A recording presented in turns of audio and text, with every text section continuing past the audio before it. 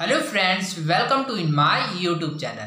Today we will study about class 10th science subject CG board chapter 2 acid base and salt then lecture 8 and today's topic that the strength of solutions of acids and alkalis. Hello दोस्तों, आप सभी का मेरे YouTube channel में स्वागत है। आज हम पढ़ेंगे अध्याय 2 अम्ल क्षारक एवं लवण एसिड बेस एंड सॉल्ट का लेक्चर 8 जिसमें आज का हमारा टॉपिक है the strength of solutions of acid and alkalis अर्थात अम्ल व क्षार के विलयन कितने प्रबल। ओके, तो इस टॉपिक में आगे बढ़ने से पहले चलिए सबसे पहले हम लोग कल का जो क्वेश्चन है उसके आंसर के बारे में समझ लेते हैं, फिर इस टॉपिक में हम लोग आगे बढ़ेंगे। ओके, तो हमारा कल का क्वेश्चन है questions first, identify acid from the given compounds HNO3, Na2CO3, COH2 एवं HCl। ओके, तो निम्नलिखित में से अम्लों को पहचाने, जैसे कि यहाँ पर कंपाउंड दिया गया है HNO3, Na2CO3, COH2 एवं HCl। ओके, तो इनमें से कौन कौन सा एसिड अर्थात अम्ल है, तो वह है HNO3 जिसको नाइट्रिक अम्ल कहते हैं एवं HCl जिसको हाइड्रोक्लोरिक एसिड अर्थात हाइड्रोक्लोरिक अम्ल कहते हैं। ओके, यहाँ पर जो Na2CO3 एवं COH2 क्या है, तो यह दोनों क्षार है अर्थात दोनों बेस है, जिसको Na2CO3 को सोडियम कार्बोनेट कहते हैं एवं COH2 को क्या बोलते हैं, calcium hydroxide. Okay, second, sulphuric acid is a strong acid while ammonium hydroxide is a weak base, explain. Okay, तो यहाँ पर क्वेश्चन है sulphuric acid is a strong acid. Okay, तो सल्फ्यूरिक एसिड का जो फार्मूला क्या होता है, H2SO4। Okay, while ammonium hydroxide is the weak base, explain। Okay, तो अमोनियम हाइड्रोक्साइड का जो फार्मूला होता है NH4OH। ओके, तो इस क्वेश्चन पूछ रहा है कि सल्फ्यूरिक अम्ल प्रबल अम्ल तथा जो अमोनियम हाइड्रोक्साइड वह दुर्बल क्षार है, समझाइए। ओके, तो चलिए इसके आंसर को समझते हैं। The strength of an acid or a base depends on the extent of its ionisation. Sulphuric acid separates H+ ion completely in water, therefore it is a strong acid, whereas ammonium hydroxide gives OH- ion which ionize partially, thus it behaves like a weak base। अर्थात कोई भी अम्ल या क्षार कितना प्रबल है या दुर्बल है यह उसके आयनन की मात्रा पर निर्भर करता है। ओके, तो यहाँ पर सल्फ्यूरिक अम्ल था जो H2SO4 क्या होता है, जल में H+ अलग करता है, इसलिए यहाँ अम्ल है, जबकि जो NH4OH अर्थात अमोनियम हाइड्रोक्साइड OH- आयन देता है जो आंशिक रूप से आयनित होता है, अतः यह दुर्बल क्षार की तरह व्यवहार करता है। ओके, या फिर आप लोग इसको सिंपल वे में इस प्रकार से आप लोग याद रख सकते हैं। ओके, तो चलिए इसको आप लोग सिंपल वे में समझने का प्रयास करते हैं। ओके, तो क्वेश्चन है सल्फ्यूरिक अम्ल प्रबल अम्ल तथा अमोनियम हाइड्रोक्साइड दुर्बल क्षार है, समझाइए। ओके, तो सल्फ्यूरिक अम्ल सल्फ्यूरिक अम्ल पूर्ण रूप से आयनित होता है, जिसकी वजह से सल्फ्यूरिक अम्ल प्रबल अम्ल है, परंतु जो अमोनियम हाइड्रोक्साइड होता है वह पूर्ण रूप से आयनित नहीं होता है, जिसकी वजह से वह दुर्बल क्षार है। ओके, तो यह भी सही है। ओके, तो इस प्रकार से आप लोग अच्छे सिंपल वे में याद रख सकते हैं। Okay, third, when some pellets of sodium hydroxide are placed on red litmus paper, then initially nothing happens, but after some time the red litmus start turning blue, explain why। अर्थात जब sodium hydroxide की कुछ टुकड़े को सूखी लाल litmus paper पर रखा जाता है तो प्रारंभ में रंग में कोई परिवर्तन दिखाई नहीं देता है, किंतु कुछ समय के पश्चात उसका रंग नीला होने लगता है, कारण समझाइए। ओके, तो आई होप आप लोग को इस क्वेश्चन को समझ आया होगा, तो चलिए इसके आंसर को समझते हैं। Okay, sodium hydroxide. ओके, तो चलिए सबसे पहले इसका जो फार्मूला क्या होता है सोडियम हाइड्रोक्साइड का, वो होता है NaOH। ओके, तो सोडियम हाइड्रोक्साइड का फार्मूला NaOH होता है। ओके, तो sodium hydroxide is dry initially, therefore it does not change the colour. अर्थात तो प्रारंभिक में क्या होता है वह सूखा होता है, जिसकी वजह से उसमें कोई भी परिवर्तन नहीं होता। Later it observes moisture and becomes wet. Okay, तो कुछ समय के पश्चात क्या करता है, वह वातावरण से क्या करता है, वह नमी को ग्रहण करता है, नमी को अवशोषित करता है, जिसकी वजह से वह गीला हो जाता है। Therefore it changes red litmus to blue. Okay, तो इसलिए क्या होता है वह रेड लिटमस पेपर से क्या है, ब्लू लिटमस पेपर में परिवर्तित हो जाता है, अर्थात रेड लिटमस को क्या है, नीले लिटमस पेपर में परिवर्तित कर देता है। ओके, तो आई होप आप लोगों को इस क्वेश्चन का आंसर समझ आया होगा। Fourth, the aqueous solutions of glucose and starch do not show acidic properties, but that of sulfuric acid and acetic acid do। Why? Okay, तो क्वेश्चन नंबर 4 है, ग्लूकोज और स्टार्च के जेली विलयन अम्लीय गुण प्रदर्शित नहीं करते जबकि सल्फ्यूरिक तथा एसिटिक अम्ल करते हैं, क्यों। ओके, तो चलिए इसके आंसर को समझते हैं। sulfuric acid and acetic acid dissolve in water and release hydrogen ion which is acidic. Okay तो जो सल्फ्यूरिक अम्ल होता है अर्थात जो सल्फ्यूरिक एसिड एवं एसिटिक एसिड एसिटिक एसिड क्या करता है, वह जल में क्या हो जाता है, घुल जाता है, जिसकी वजह से क्या करता है, वह H+ आयन देता है। ओके तो जिसकी वजह से क्या है, यह अम्ल है। But glucose and starch do not release H+ ion, therefore both of this are not acidic. परंतु जो ग्लूकोज एवं स्टार्च होता है वह क्या करता है, H+ आयन नहीं देता है, जिसकी वजह से क्या है, वह अम्ल नहीं है। ओके तो आई होप आप लोगों को इस क्वेश्चन का आंसर समझ आया होगा। तो बिना देर किए चलिए बढ़ते हैं हमारे आज के टॉपिक में। The strength of solutions of acid and alkalis, अम्ल व क्षार के विलयन कितने प्रबल। Okay we know that presence of H+ and OH- ions discharge whether a solution is an acid or an alkali। तो हम जानते हैं कि क्या है, किसी भी विलयन में H+ अथवा OH- आयनों के आधार पर उनकी अम्ल या क्षार के रूप में पहचान करते हैं। Okay can we count the number of ions present in given solution, can we जज हाउ स्ट्रॉन्ग एन एसिड और एन अल्कलीज। क्या हम किसी विलयन में उपस्थित अणु की संख्या जान सकते हैं, क्या हम यह ज्ञात कर सकते हैं कि विलयन में अम्ल अथवा क्षार कितना प्रबल है। तो हाँ हम लोग जान सकते हैं कि कोई भी विलयन कितना या फिर कोई भी अम्ल या क्षार कितना प्रबल या फिर दुर्बल है। ओके कैसे, तो वह पीएच स्केल के द्वारा। अब ये पीएच स्केल क्या होता है, तो चलिए इसके बारे में आगे पढ़ते हैं।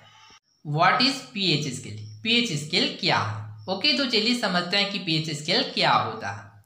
In 1909, Danish scientist Sorensen developed a pH scale to distinguish between the strength of acid and bases। अम्ल एवं क्षारकों की प्रबलता के अंतर को समझने के लिए डैनिश साइंटिस्ट अर्थात डेनमार्क के वैज्ञानिक सोरेनसन ने 1909 में एक पैमाना तैयार किया जिसे पीएच स्केल कहते हैं। Here P stands for potence, the German word for power। Okay तो यहाँ पर P क्या है, P से तात्पर्य क्या होता है, पोटेंस, अर्थात पोटेंस क्या एक जर्मन वर्ड है जिसका मतलब क्या होता है, पावर अर्थात शक्ति। Okay pH tells us the concentration of H+ ions in a given solution. Okay तो इसके द्वारा क्या किया जाता है, अर्थात पीएच स्केल के द्वारा दिए गए विलयन में हाइड्रोजन आयन अर्थात H+ की मात्रा कितनी है या पीएच के द्वारा प्रदर्शित किया जा सकता है। Okay on the pH scale we can measure pH from 0 very acidic to 14 very alkaline. PH scale से सामान्यतः 0 वेरी एसिडिक अर्थात अधिक अम्लीयता से 14 अधिक क्या है, क्षारीय अर्थात वेरी अल्कलाइन तक पीएच मान ज्ञात किए जा सकता है। We can think of a pH as a number which indicates the acidic or basic nature of a dilute solution. PH एक ऐसी संख्या है जो किसी तनु विलयन की अम्लीयता अथवा क्षारीयता को दर्शाता है। Okay we use universal indicator which is a mixture of several indicators to find and compare the pH of different solution। किसी विलयन के पीएच को ज्ञात करने एवं तुलना करने के लिए क्या है, हम लोग सार्वत्रिक सूचक का प्रयोग करते हैं। ओके तो जिसको क्या बोलते हैं, यूनिवर्सल सेवरल इंडिकेटर अर्थात यूनिवर्सल इंडिकेटर्स। ओके यहाँ पर ये सेवरल इंडिकेटर्स प्रदर्शित किए गए। ओके तो इसको क्या बोलते हैं, universal indicators. It tells us the strength of an acidic or basic solution. Okay तो सार्वत्रिक सूचक अनेक सूचकों का मिश्रण होता है, इसकी सहायता से किसी अम्लीय व क्षारीय विलयन की प्रबलता का ज्ञात किया जाता है। Universal indicator shows different colours और different concentrations of hydrogen ions in a solution.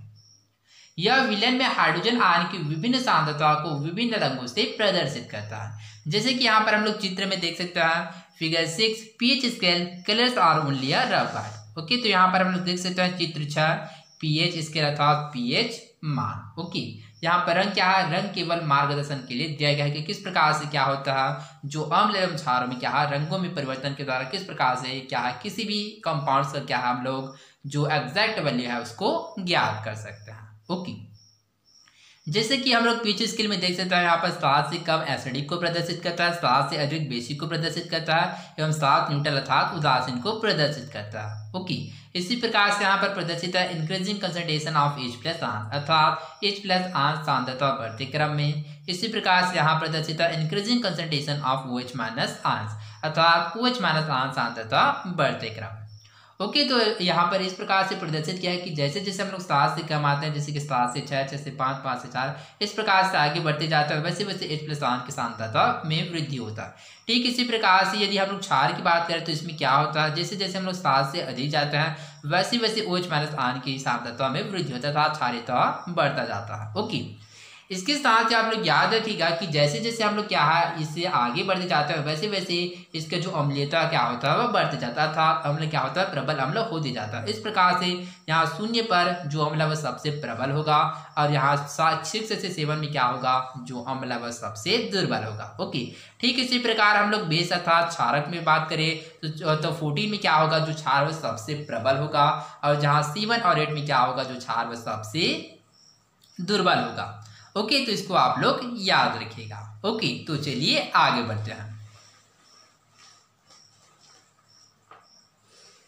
Activity 9, क्रियाकलाप 9।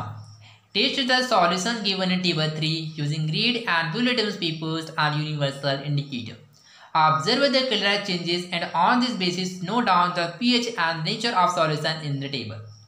ओके, तो नीला लाल लिटमस पत्र तथा सार्वत्रिक सूचक की सहायता से सारणी में 3 में दिए गए विलयनों का परीक्षण का होने वाले रंग परिवर्तन के आधार पर विलयन की प्रकृति तथा पीएच मान को नोट कीजिए। ओके, तो जैसे कि टेबल 3 प्रदर्शित है, table 3 nature of solution and pH value, अर्थात सारणी 3 विभिन्न विलयनों की प्रकृति तथा पीएच मान। ओके, तो जैसे कि यहाँ पर हम लोग देख सकते हैं प्रदर्शित है सीरियल नंबर अर्थात क्रमांक, सॉल्यूशंस, विलयन, nature of solution as determined by litmus paper अर्थात विलयन पत्र द्वारा लिटमस पत्र द्वारा विलयन की प्रकृति, pH value as determined by universal indicator, सार्वत्रिक सूचक से ज्ञात पीएच मान। जैसे कि बहुत सारे कंपाउंड दिए गए हैं, जैसे कि देख सकते हैं फर्स्ट है लेमन जूस अर्थात नींबू का रस, सेकंड मिल्क अर्थात दूध, थर्ड टोमेटो जूस अर्थात टमाटर का रस, फोर्थ बेकिंग सोडा अर्थात खाने का सोडा, 5 डाइल्यूट हाइड्रोक्लोरिक एसिड अर्थात तनु हाइड्रोक्लोरिक अम्ल, 6 डाइल्यूट सोडियम हाइड्रोक्साइड अर्थात तनु sodium hydroxide,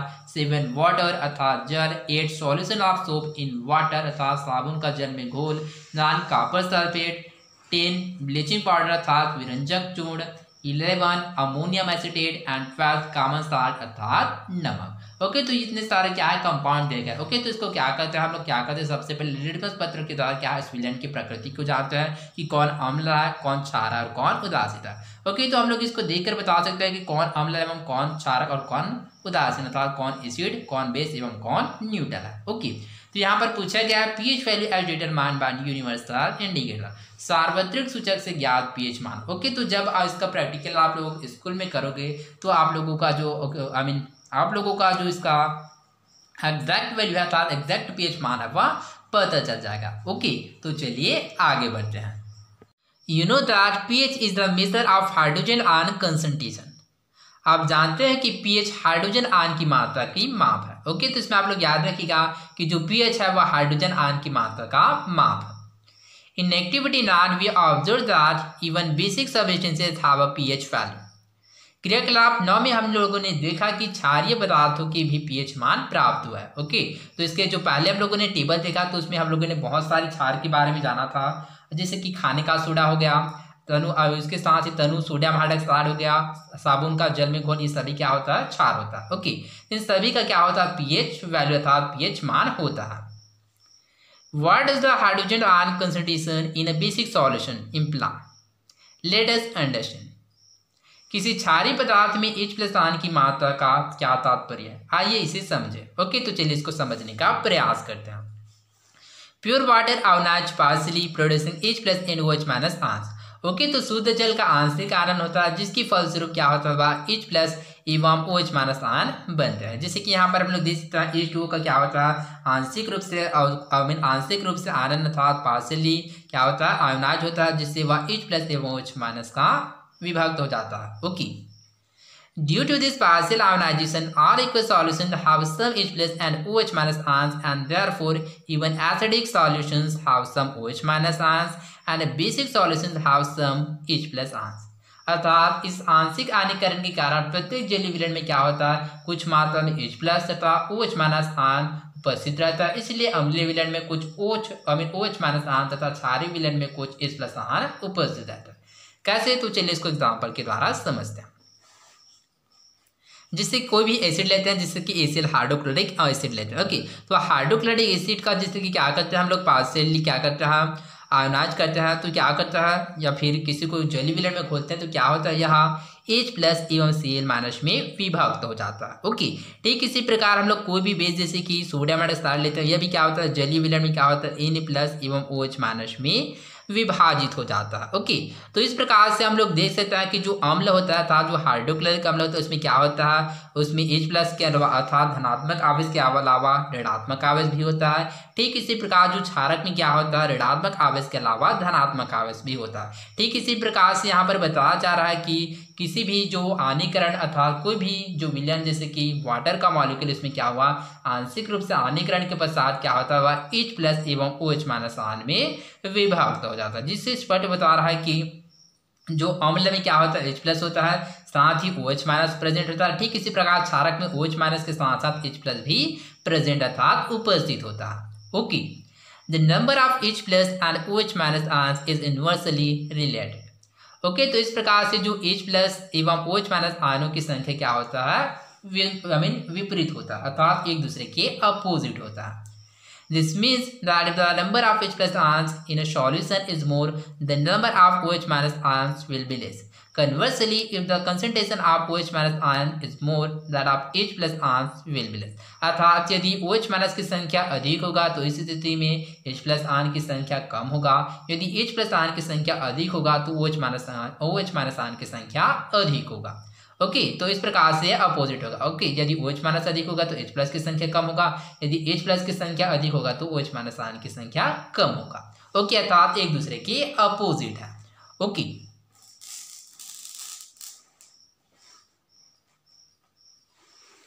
is shown in table 4.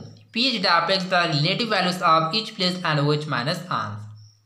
Okay, तो pH H+ और OH- के सापेक्षिक मान को व्यक्त करता है, इसे 4.5 में दर्शाया गया। जैसे कि हम लोग 4.5 में देख सकते हैं table 4 concentration of H+ and OH- ions and pH value अर्थात 4.5 H+ एवं OH- आयन सांद्रता तथा pH मान।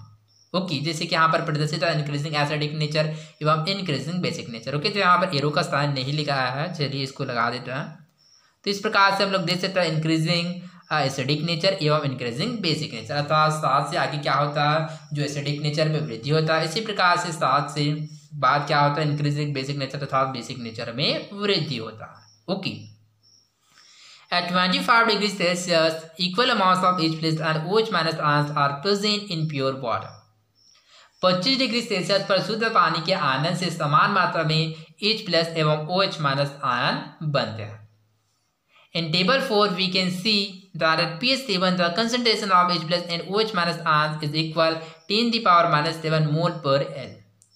ओके, तो 4.5 में हम लोग देख सकते हैं कि जो pH 7 पर क्या होता है H+ एवं OH- आयन की सांद्रता क्या होता है बराबर होता है। जैसे कि यहाँ पर देख सकते हैं दोनों का जो संख्या क्या है 10⁻⁻7 है। Okay, in this way pH 7 stands for neutral solution अर्थात इस प्रकार से जो pH 7 क्या होता होगा उदासीन प्रकृति को दर्शाता है। pH value of less than 7 shows acidic nature and more than 7 shows that the solution is basic. Okay, तो 7 से कम क्या दर्शाता है एसिडिक नेचर अर्थात अम्लीय प्रकृति को दर्शाता है एवं 7 से अधिक क्षारीय प्रकृति को दर्शाता है। ओके, जैसे कि हम लोग इस टेबल में देख सकते हैं table 4 4.5 concentration of H+ and OH- ions and pH value अर्थात H+ एवं OH- आयन सांद्रण तथा pH मान। जैसे कि यहाँ पर हम लोग देख सकते हैं इंक्रीजिंग एसिडिक नेचर अर्थात अम्लता का बढ़ता क्रम एवं इंक्रीजिंग बेसिक नेचर अर्थात क्षारीयता का बढ़ता क्रम। जैसे कि यहाँ पर प्रदर्शित है pH वैल्यू अर्थात pH मान 0 1 2 3 4 5 6 7 8 9 10 11 12 13 एंड 14। ओके, ठीक इसी प्रकार से बताया गया H+ मोल पर L 10⁻0 10⁻⁻1 10⁻2 10⁻14। ओके, तो यहाँ पर देख सकते हैं कि OH- मोल पर L क्या है H+ मोल पर L के अपोजिट है। ओके, तो सबसे पहले इसमें क्या है 10⁻14 उसके पश्चात 10⁻13 है उसके पश्चात 10⁻0 है। ओके, तो आई होप आप लोगों को समझ आएगा। इसके साथ आप लोगों को pH स्केल के बारे में समझ आएगा कि किस प्रकार से pH के स्केल के द्वारा अम्ल क्षार एवं उदासीन का पहचान किया जाता है। ओके, तो इसमें आप लोग याद रखिएगा, यदि 7 से कम होगा, 7 से कम होगा तो किसको दर्शाता है? अम्लीय प्रकृति को दर्शाता है। 7 से अधिक क्षारीय प्रकृति को दर्शाता है, एवं 7 न्यूट्रल अर्थात उदासीन प्रकृति को दर्शाता है। ओके, तो आई होप आप लोगों को समझ आएगा। तो आज के लिए बस इतना ही, मिलते हैं अगले वीडियो में। धन्यवाद।